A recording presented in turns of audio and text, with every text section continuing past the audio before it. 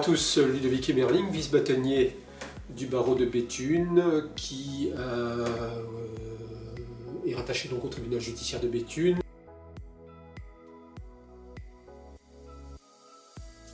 « 45 hommes, qui pour une moyenne d'âge de 50 ans et 71 femmes pour une moyenne d'âge de 43 ans. C'est un barreau relativement jeune, donc vous le constatez, essentiellement féminisé dans ses effectifs. Nous sommes un jeune barreau donc,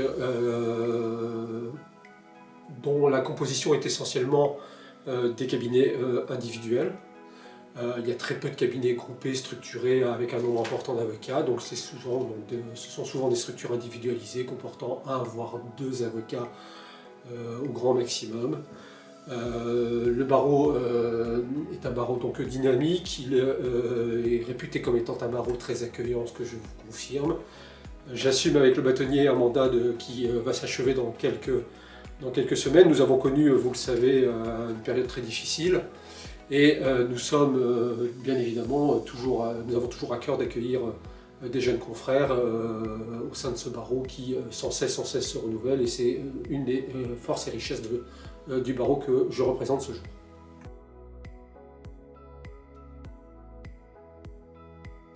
Oui, alors c'est un barreau, comme je vous l'ai dit, qui comporte des cabinets généralistes. On n'a vraiment pas forcément beaucoup de structures qui sont dédiées à un contentieux particulier, à une voire deux exceptions près, qui sont essentiellement des cabinets d'anciens conseillers juridiques ou des cabinets fiscalistes.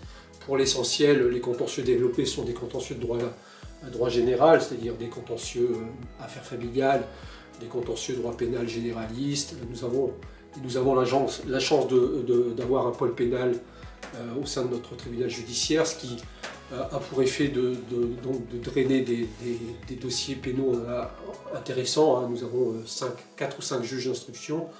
L'avantage de barreau, effectivement, comporte une spécificité généraliste, mais surtout une clientèle pénale qui est en volume importante, avec un contentieux sur ce terrain-là riche et dense, puisqu'il y a une permanence pénale qui comporte à peu près une quarantaine d'avocats volontaires, et qui assure pour les jeunes confrères une source importante de rémunération et un confort de vie qui est, je pense, au sein des barreaux inégalé.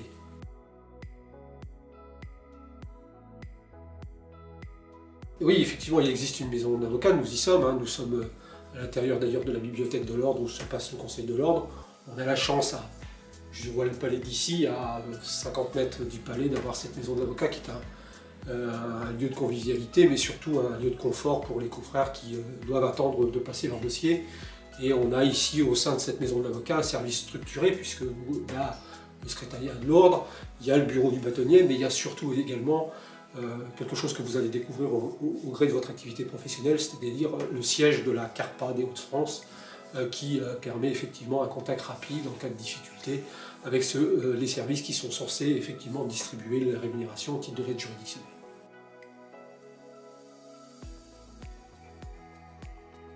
Oui, alors le pôle de permanence pénale existe, c'est ce que je vous ai indiqué, il comporte un service de volontariat à travers 40 avocats pour l'instant sur 120 avocats qui sont dédiés effectivement à cette activité. Alors ce pôle de permanence pénale, il fonctionne à la semaine, c'est-à-dire que vous êtes de manière récurrente à peu près de 1 à toutes les 6 semaines, de permanence si vous le souhaitez, en complément de votre activité quotidienne, ou à H24 pendant 7 jours, vous assumez la garde à vue, vous assumez les permanences au tribunal lorsqu'il y a déferment est sollicité ou comparution immédiate.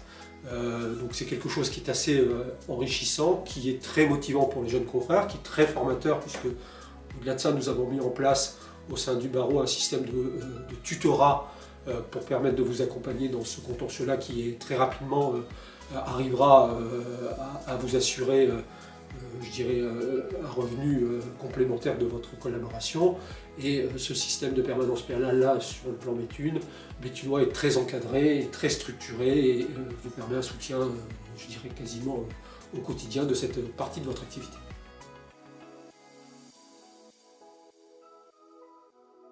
Non, alors le bulletin interne n'existe malheureusement plus, c'est ce qu'on appelait le B4. Alors B4 pourquoi? 4B, bulletin du bâtonnier du barreau de Béthune. Malheureusement, la fonction de bâtonnier étant tellement absorbante que ce B4 est un peu tombé en désuétude. En revanche, le barreau à cœur, indépendamment d'un bulletin mensuel ou bimensuel, peu importe, mais systématiquement par le biais de l'ordre, de diffuser une information constante par le biais de mail sur tout ce qui est informatif, mais surtout on a quelque chose qui est assez bien fait. C'est un réseau social privé, c'est-à-dire en réalité nous formons un groupe sur Facebook, un groupe privé où nous échangeons quasiment au quotidien les sources d'information, les difficultés, les besoins de soutien, et donc ça a remplacé quelque peu le support papier. Ce groupe privé-là, dont je suis à l'initiative d'ailleurs il y a maintenant 5 ans, fonctionne. Il comporte à peu près 80 avocats sur 120 avocats inscrits, donc c'est vraiment la source d'information majeure au-delà des mails qui vous sont adressés par là.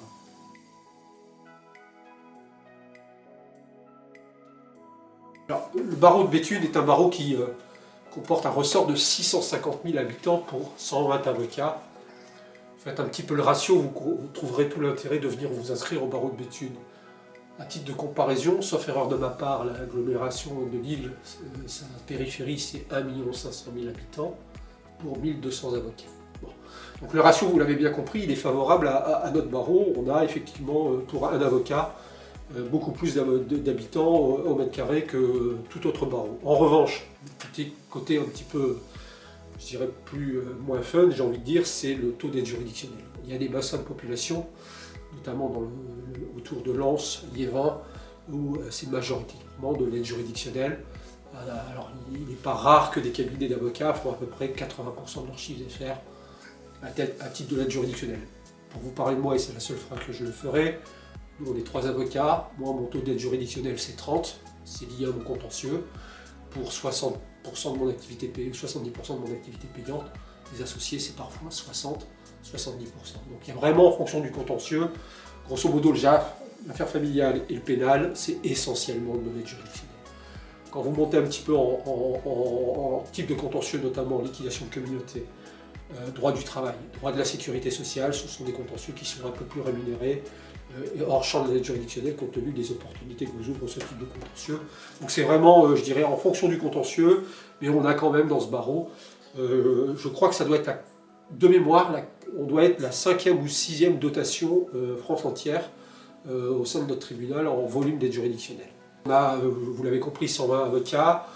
On a une structure essentiellement individualiste, c'est-à-dire des confrères qui s'installent seuls, voire sont plusieurs dans le cabinet, mais surtout en société de moyens, donc ils gardent l'autonomie de leur clientèle.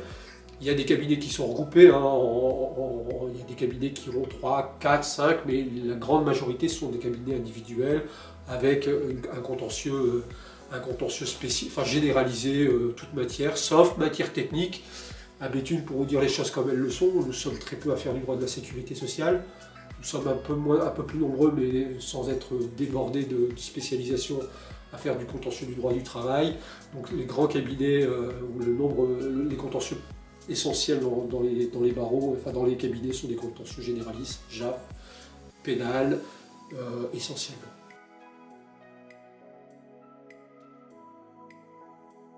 Béthune est une petite ville moyenne, hein, nous sommes 20 000 habitants.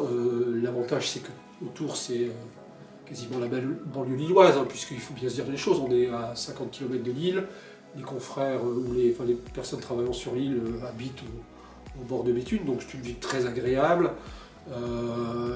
Si vous envisagez bien évidemment de venir travailler à Béthune, habiter dans le ressort, en termes de confort c'est quand même beaucoup mieux, il n'y a quand même pas la route puisque c'est quasiment 1 heure le matin, 1 heure le soir, donc 2 heures d'activité de déplacement.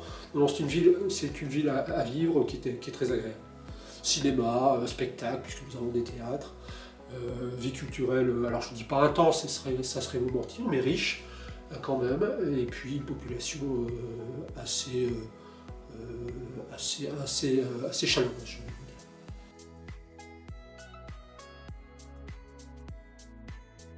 Le petit mot de la fin, surtout, venez pas à Béthune, ça vous l'avez bien compris, non, on a besoin de tout le monde, de la richesse de ce barreau, c'est d'accueillir.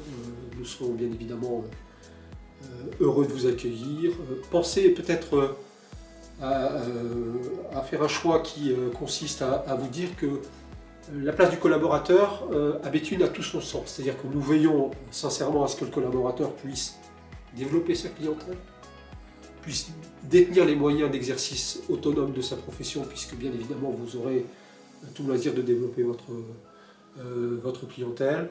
Nous avons un service de garde à vue, de permanence pénale qui vous assure franchement un revenu complémentaire de votre rétrocession d'honoraires qui est intéressante. Très rapidement, vous pourrez avoir une rémunération qui est, je ne vous dirais pas confortable, mais qui est, au regard de ce que je peux voir dans notre barreau, à type de contentieux identique, qui est quand même relativement attractif. C'est ça que j'ai à vous dire.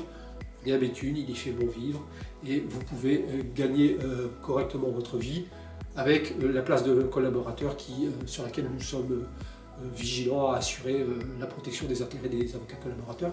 Nous avons, pour vous dire les choses, et ça sera mon dernier mot, au sein du Conseil de l'Ordre, 2 membres qui sont chargés de ce qu'on appelle le jeune barreau et toutes les questions liées effectivement au début de carrière.